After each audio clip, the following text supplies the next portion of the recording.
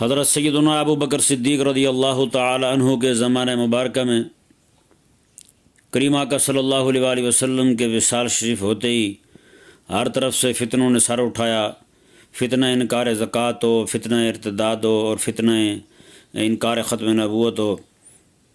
وہیں پر یمن کے اندر کچھ عورتیں جو فاحشہ اور بے حیا قسم کی تھیں، انہوں نے ارتداد کا اعلان کیا اور راتوں کو رنگین محفلیں بپا کرتی، وہاں ناچ گانا ہوتا اور کریم آقا صلی اللہ علیہ وآلہ وسلم کی بے ادبی کیا کرتی اور لوگوں کو بلا کے مفت میں زنا کیا کرتی۔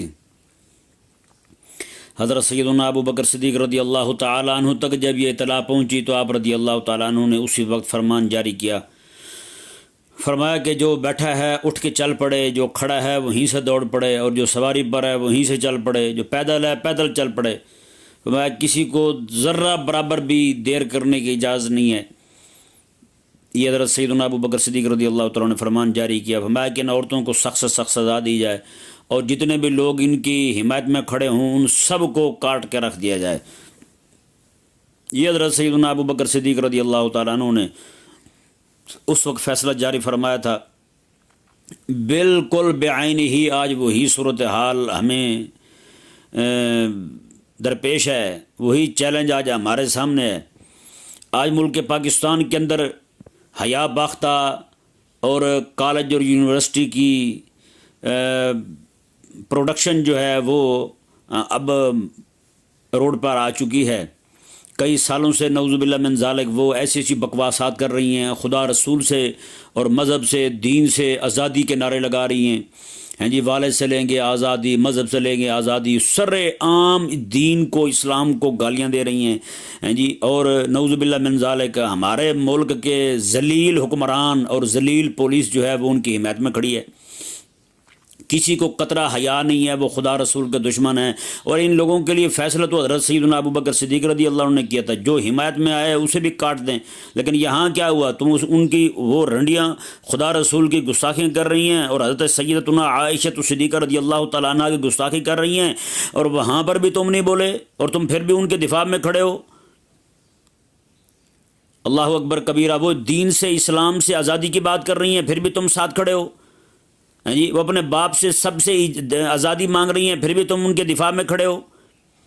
نعوذ باللہ من ذالک۔ اور ہمیں یہاں پر اس بیکار قسم کے مولوی طبقے سے بھی اور پیروں سے بھی ہمیں یہ تکلیف ہے، ہمیں بہت زیادہ، جو چھوٹی چھوٹی باتوں پر تو گلے پڑتے ہیں اور گالیاں تک دیتے ہیں، بے ادبیاں تک کرتے ہیں۔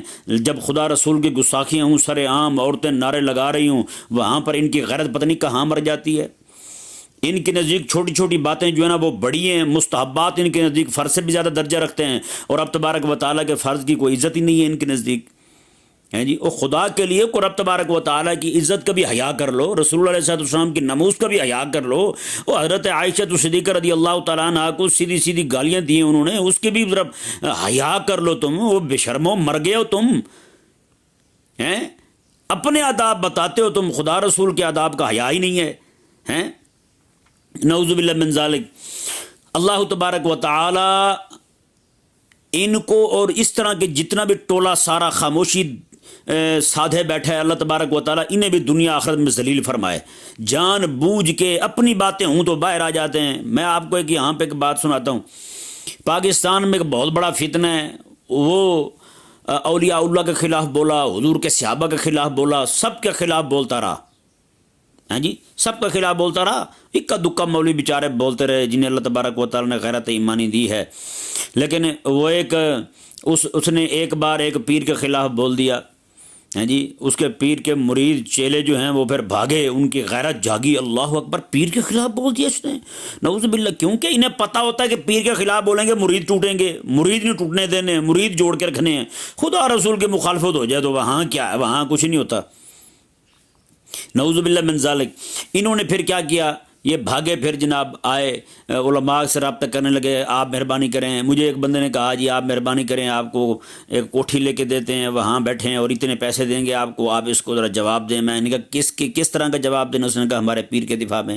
کہتے ہیں بس رات دن آپ نے وہی کام کرنا ہے، نعوذ باللہ من ذالک۔ اب ذرا بتائیں جی، یہ حال ہو گیا ہے، خدا رسول کی بے ادبیاں ہوں تو چپ، شریعت کی بے ادبی ہو تو چپ، صحابہ کرام علیہ مردوان اور اہل بیت اعظام کی بے ادبیاں ہوں تو خاموشی ہے۔ جیسے پیر کی مخالفت ہوئی ہے، پیر کے خلاف اس نے ایک جملہ ہی کیا بولا ہے، طوفان بدتمیزی برپا کر دیا انہوں نے۔ نعوذ باللہ من ذالک۔ خدا کے لیے، خدا رسول کی عزت کے لیے نکلیں، خدا رسول کی عزت کے لیے آواز بلند کریں، خدا رسول کی عزت کے لیے، ان کی حمایت کے لیے، دین کے دفاع کے لیے آپ ذرا بولیں، اپنا منہ کھولیں، کچھ نہیں ہوتا۔ انہوں نے خدا رسول کی عزت کے مقابلے میں انہوں نے اپنی پراپرٹیوں کو، اپنی جائیدادوں کو، اپنی درباروں کو ترجیح دی ہے۔ خدا کے بندو ذرا سوچو، تمہارے پیر کی قبر جو ہے نا وہ خدا رسول کے رسول اللہ تبارک و تعالیٰ کے گھر کعبہ مشرفہ سے بڑی نہیں ہے۔ جب مسئلہ دین پہ آ جائے تو رسول اللہ علیہ السلام نے کعبہ چھوڑ دیا تھا، دین پہ سمجھوتا نہیں کیا، اور تم نے دین پہ سمجھوتا کیا ہے، قبریں نہیں چھوڑی، تم نے جناب وہاں پہ آنے والی کھیر کی دیگیں نہیں چھوڑی، خدا رسول کے دین پر سمجھوتا کر لیا ہے۔ وہ کچھ تو غیرت کھاؤ یار، وہ اللہ تبارک و تعالیٰ نے تمہیں یہ عزت دی ہے، دین کے نام پر دی ہے، وہ دین کے لیے بھی کچھ قربانی دو۔ اللہ تبارک و تعالیٰ ہمیں اس طرح کے جتنے بھی فتنے اٹھتے ہیں، جتنے بھی نعوذ باللہ من ذالک پاکستان خاص طور پر دین دشمن قوتیں یہاں پورا اپنا زور لگا رہی ہیں کہ پاکستان کے اندر جتنی بے حیائی، بغیرتی، فحاشی، جتنی گستاخی کو فروغ دیا جا سکتا ہے دیا جائے، کیونکہ انہیں پتہ ہے کہ پاکستان کے اندر اللہ تبارک و تعالیٰ نے ایسے ایسے علماء رکھے ہیں جو غیرت دینی سے ان کے دل جو ہیں وہ مملوء ہیں، ان کے دل جو ہیں وہ بھرے ہوئے ہیں غیرت دینی ایمانی سے، جن کو دین کی غیرت ہے۔ تو اس لیے کافر جو ہے نا وہ یہی چاہتا ہے جہاں غیرت ہو وہیں پہ حملہ کرتا ہے، چور مال و دولت پہ حملہ کرتا ہے، شیطان ایمان پہ حملہ کرتا ہے۔ تو یہ کافر جو ہے نا آج یہ غیرت ایمانی دینی پر حملہ آور ہے، کیونکہ اسے پتہ ہے یہی غیرت دینی ایمانی جو چند لوگوں میں ہے یہ باقی لوگوں میں بھی آ گئی تو پھر یہ پوری دنیا کے اندر اسلام کا جھنڈا بلند ہو سکتا ہے۔ تو کافر بڑا عیار اور مکار ہے، کاش کہ ہمارے لوگوں کو بھی سمجھ آئے۔ اللہ تبارک و تعالی ہمیں حق پر قائم رہنے کی توفیق عطا فرمائے۔